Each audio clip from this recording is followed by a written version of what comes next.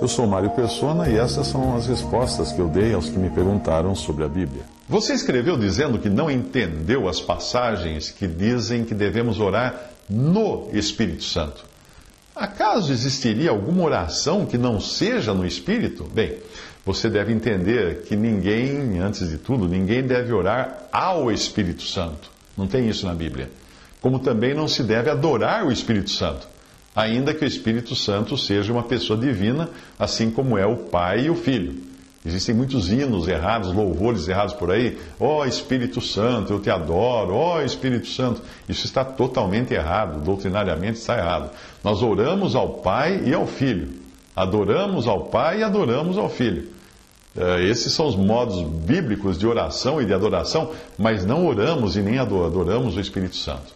Não nos dirigimos ao Espírito Santo para orar ou para adorar. Mas quando oramos ao Pai ou ao Filho, aí nós devemos orar no Espírito Santo. 2 versículos dizem isso. Orando em todo o tempo com toda oração e súplica no Espírito, e vigiando nisto com toda perseverança e súplica por todos os santos. Mas vós, amados, edificando-vos a vós mesmos sobre a vossa santíssima fé, orando no Espírito Santo.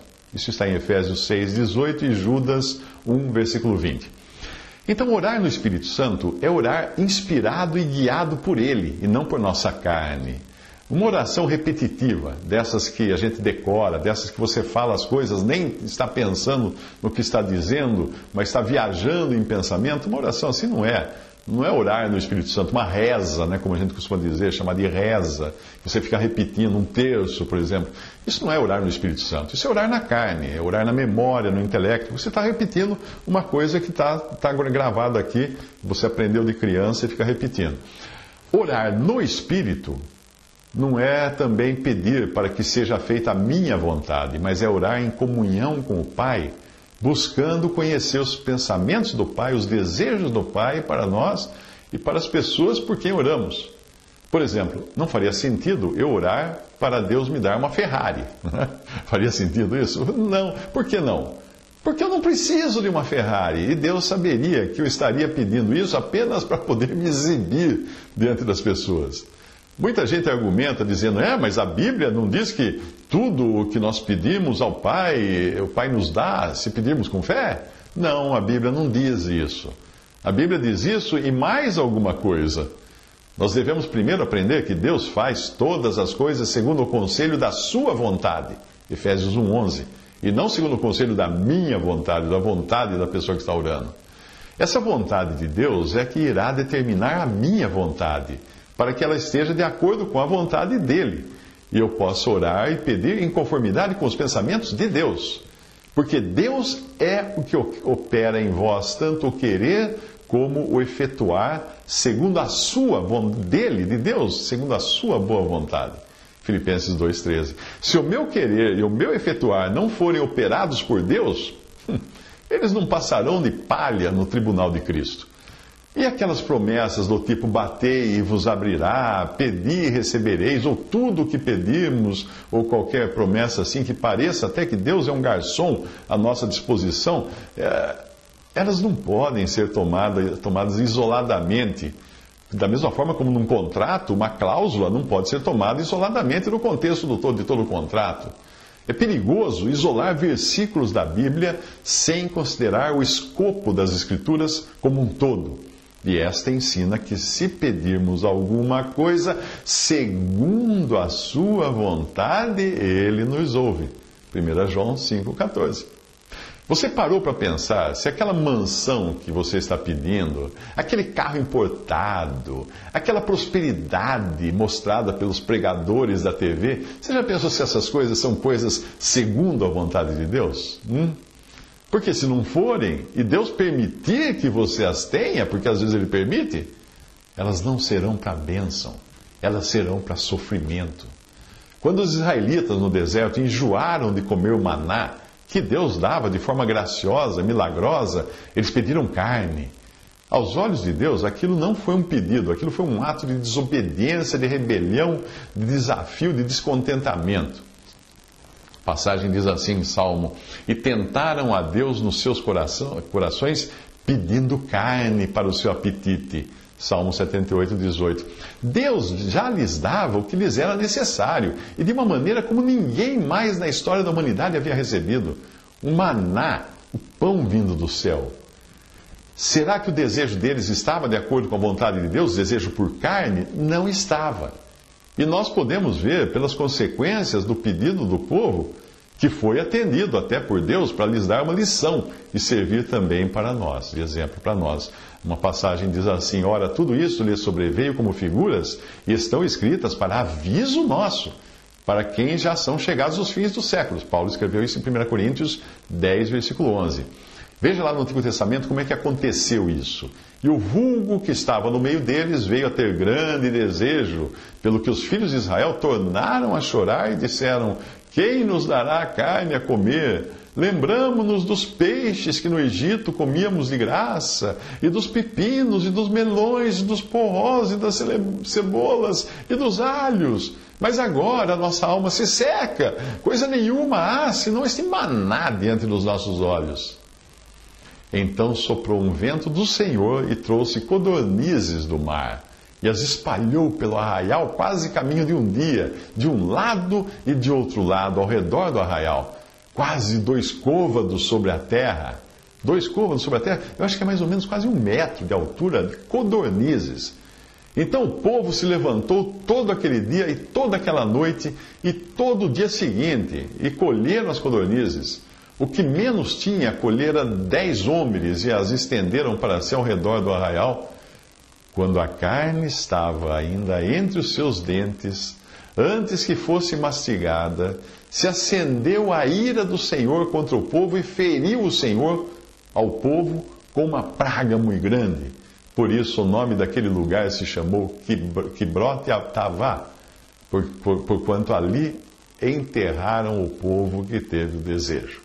Números 11, de 4 a 6, Números 11, versículos 31 a 34.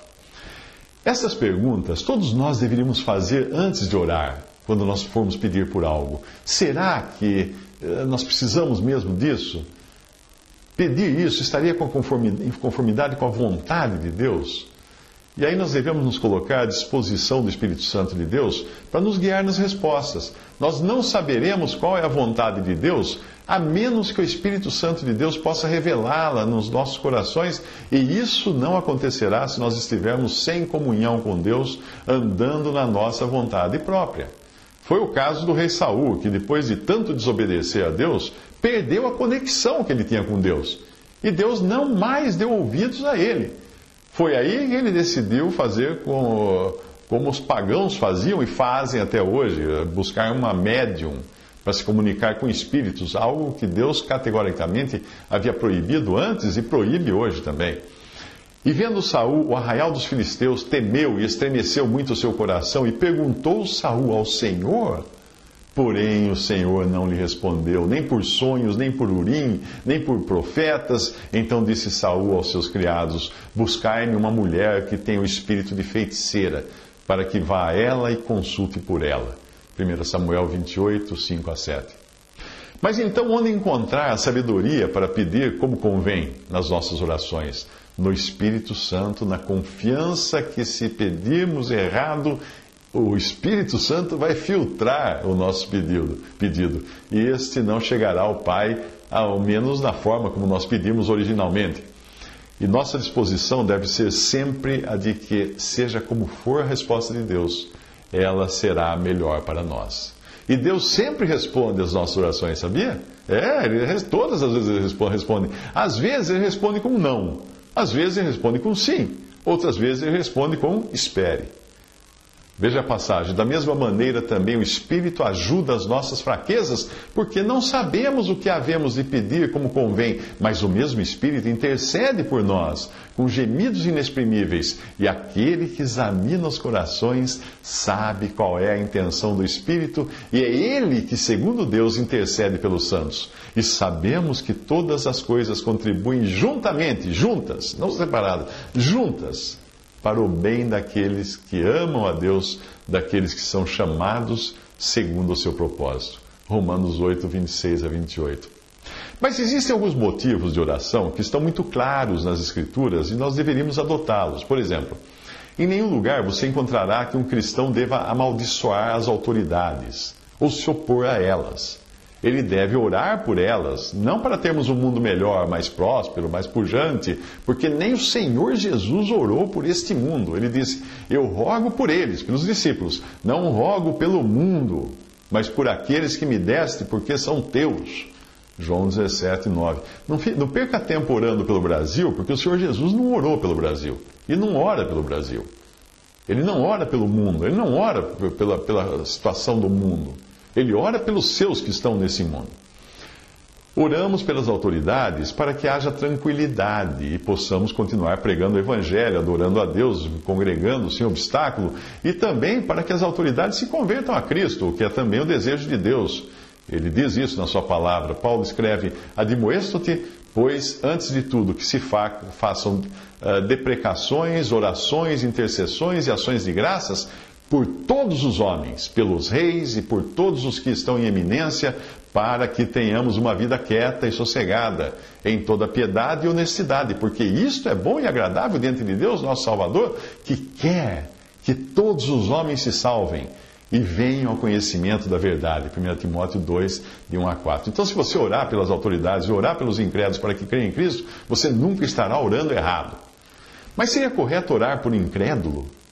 Para que ele seja curado de uma enfermidade, para que arranje emprego, para que resolva os problemas no casamento e coisas assim? Eu creio que um bom exercício é aprendermos como e para que Jesus orou no capítulo 17 de João.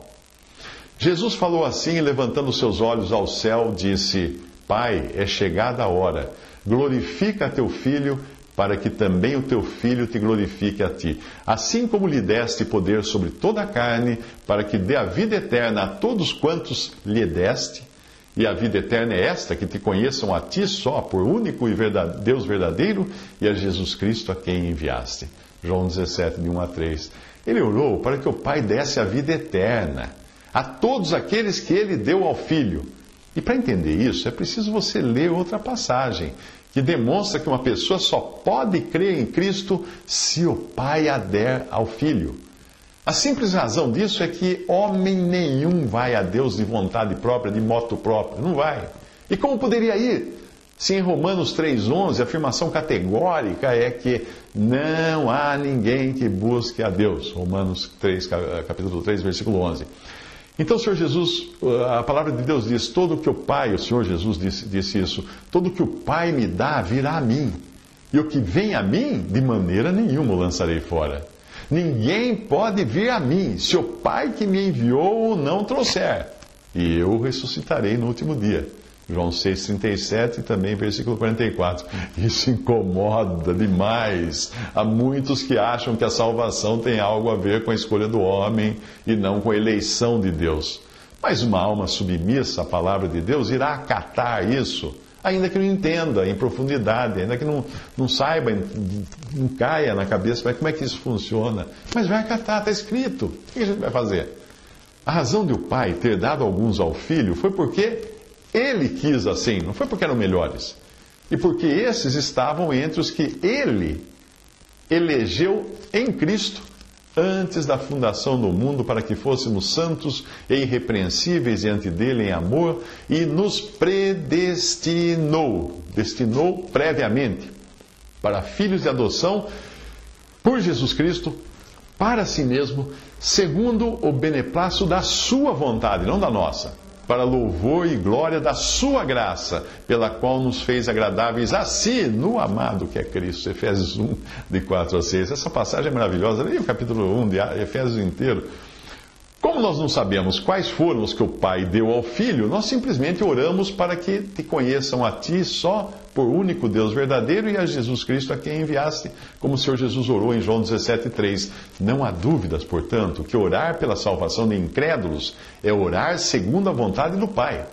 Toda oração que concorde com a vontade de Deus, com a vontade do Pai, é uma oração eficaz. A oração feita por um justo pode muito em seus efeitos, escreveu Tiago, capítulo 5, versículo 16. E esta é a confiança que temos nele, que se pedirmos alguma coisa segundo a sua vontade, ele nos ouve. E se sabemos que nos ouve em tudo o que pedimos, lá atrás, segundo a sua vontade, sabemos que alcançamos as petições que lhe fizemos. 1 João 5, 14 a 15. Isso é maravilhoso, não é? Mas devo eu orar para que tudo corra bem com alguém que não crê em Jesus e tem sido avesso aos apelos do Evangelho? Deveria orar para que alguém assim seja curado, encontre emprego, resolva seus problemas conjugais, tenha uma vida feliz? Não, porque não é da vontade de Deus que o incrédulo tenha uma vida feliz neste mundo só para passar a eternidade depois sofrendo no juízo eterno. Deus não está buscando isso. Ora, não precisa ter muito discernimento espiritual para saber que é por meio do sofrimento que Deus leva alguns ao arrependimento e à conversão. Salmo 119, 67 diz: antes de ser afligido, andava errado, mas agora tenho guardado a tua palavra. Tendo isto em mente, nós oramos pelos incrédulos para Deus salvá-los, independente dos meios que Deus irá escolher para fazer isso. Nós oramos para que as circunstâncias e a dor que eles estejam passando, caso estejam doentes, por piores que sejam, possam ser o meio usado por Deus para tocar seus corações para que creiam em Cristo. Nós também oramos pelos incrédulos, orando por nós mesmos, para que Deus nos abra portas de chegar até eles com a mensagem de salvação, para que nós mesmos sejamos persistentes nessa oração e para que nós saibamos o que falar na hora de entregar o Evangelho. Ou talvez até para que outros irmãos possam chegar a eles com o Evangelho. Podemos orar por isso também. Mas veja que em nada disso eu estaria orando pelo bem-estar do incrédulo, por sua cura, por sua prosperidade, por sua felicidade fora de Cristo, porque não existe felicidade fora de Cristo. Ou você acha que alguém possa ser feliz eternamente sem Cristo, se os seus problemas aqui na terra forem resolvidos? A minha mãe costumava dizer, se a vida neste mundo fosse boa, ninguém ia querer morar no céu. Não é assim? Antes que você ache que não parece muito certo deixar de orar por alguma dificuldade de alguém, saiba que nós encontramos na palavra de Deus até uma ordem explícita para não orarmos para um determinado tipo de pessoa. E a passagem está falando não de incrédulos, mas de crentes. Mas crentes que estão desonrando o nome e a pessoa de Cristo. Veja só. E esta é a confiança que temos nele, que se pedirmos alguma coisa, segundo a sua vontade, ele nos ouve. E se sabemos que nos ouve em tudo o que pedimos, sabemos que alcançamos as petições que lhe fizemos. Se alguém vir pecar seu irmão pecado que não é para a morte, orará e Deus dará a